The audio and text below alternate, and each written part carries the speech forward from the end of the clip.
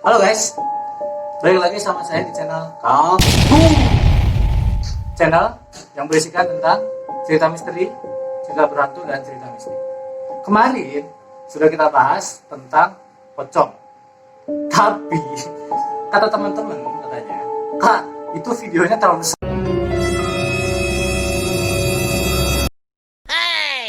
santai katanya, sampai nggak bisa tidur. Bahkan ada nih ya yang cerita sama saya yang nonton tuh, itu mau nonton Juventus tadinya, ya kan, mau nonton Juventus kan malam tuh kemarin ya, jam 3 ya jadwalnya, sampai gak jadi gara-gara kebayang-bayang sama pocong kemarin. Makanya hari ini saya coba untuk menurunkan tingkat kengeriannya agar ya kalian teman-teman yang bisa nyaman untuk bisa lihat video nanti. Jadi bisa nyaman, bisa nonton sampai akhir video. Nah kali ini setelah kemarin saya bahas tentang pocong, kali ini saya akan membahas tentang sahabatnya, yaitu kuntilanak. Kalian tahu kan kuntilanak? Nah, kuntilanak ini adalah salah satu hantu legendaris Indonesia yang mana katanya dia itu berasal dari seorang perempuan yang dia hamil, kemudian mati sebelum anaknya lahir. Konon dia juga bisa menjadi wanita yang cantik.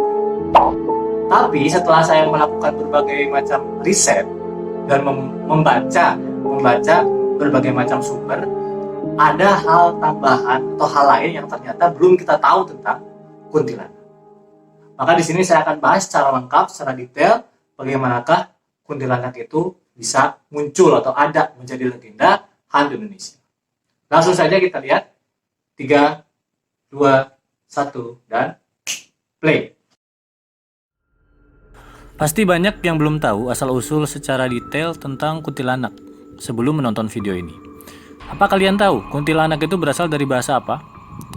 Ada yang menyebutkan bahwa itu berasal dari bahasa Malaysia, yaitu Pontianak atau Puntianak, atau sering disingkat dengan Kunti, yang berarti hantu yang dipercaya berasal dari perempuan hamil yang meninggal dunia, atau wanita yang meninggal karena melahirkan dan anak tersebut belum sempat lahir.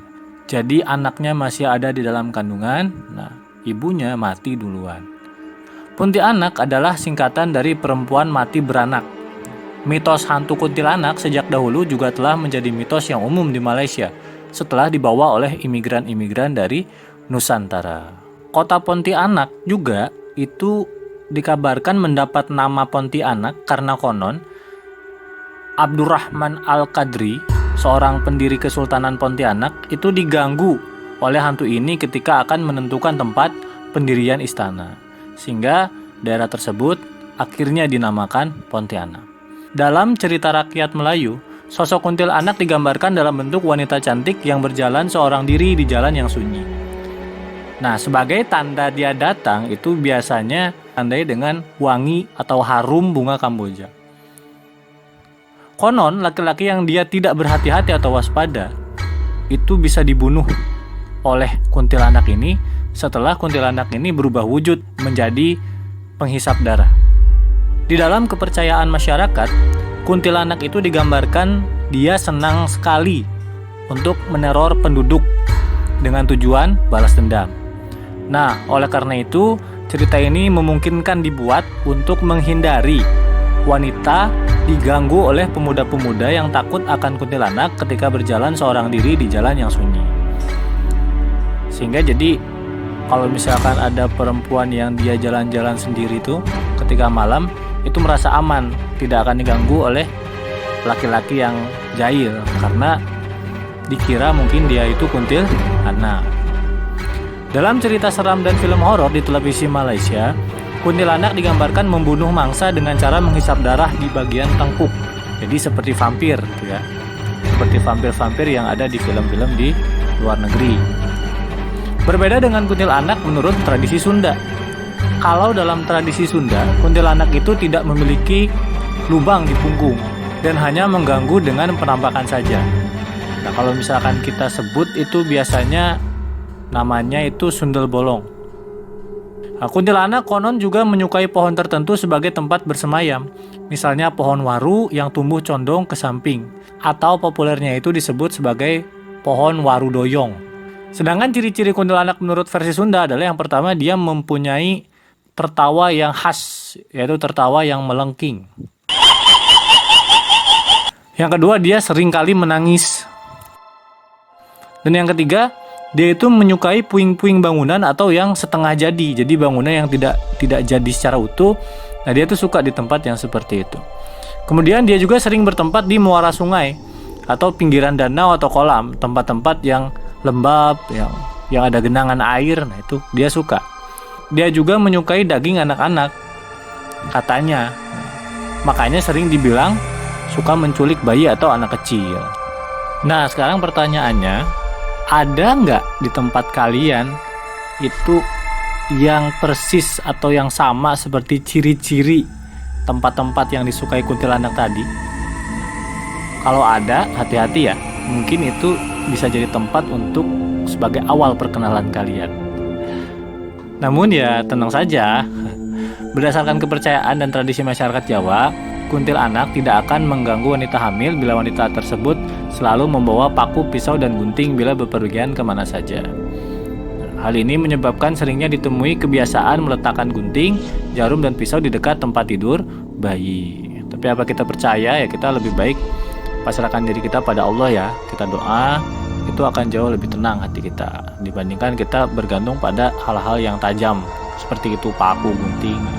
Lebih baik kita berdoa. Konon, ketika kuntilanak menyerang, maka tancapkanlah paku di lubang yang ada di belakang leher kuntilanak tersebut. Atau, ada juga yang berpendapat bahwa lokasi untuk menancapkan paku itu bisa bergeser sedikit ke bagian atas, yaitu bagian ubun-ubunnya kuntilanak. Konon juga, kuntilanak itu bisa kembali menjadi manusia atau perempuan yang cantik ya, ketika dia hidup, ketika kita berhasil menancapkan paku khusus di ubun-ubunnya. Dan dipercaya juga untuk memanggil arwah atau setan kuntilanak itu, kita tinggal menyanyikan lagu tembang Jawa zaman dulu, yaitu Lingsir Wengi. Lengser wengi sliramu tumake sirmo ojo tangi nggonmu guling awas jomotan aku lagi bangun wingo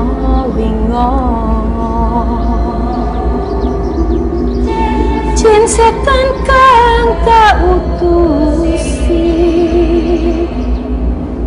dadya sebarang wojo layu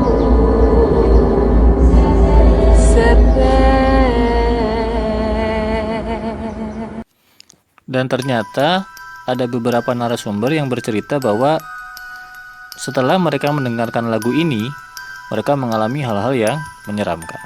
Namun tidak sedikit juga yang bilang bahwa lagu ini hanya sekedar lagu zaman dulu, hanya sekedar lagu biasa yang untuk bisa menemani kita bersantai dan tidak terjadi apa-apa.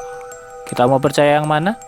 Intinya kita pasrahkan saja diri kita kepada Allah Subhanahu wa ta'ala, karena hanya padanya lah kita kembali dan berserah diri. Dengan kita mendekatkan diri pada Allah, maka kita tidak perlu khawatir mengalami hal-hal mistis seperti itu. Gimana menurut kalian videonya? Masih terlalu seram atau tidak? Nah, silakan kirimkan kritik dan saran, tinggalkan di komen ya. Nanti saya baca. Kalau misalnya saya bisa improve, nanti saya improve lagi videonya agar lebih nyaman untuk teman-teman ya. Jadi biar enak ditonton, gimana caranya, tapi informasi tetap bisa tersampaikan. Jika kalian suka dengan video ini, jangan lupa like dan share video ini, dan jangan lupa subscribe ya. Tekan tombol yang di sini nih, tuh ada kan dibaca subscribe ya. Tinggal tekan, kalian akan subscribe. Oke? Terima kasih telah menonton. Salam kampung.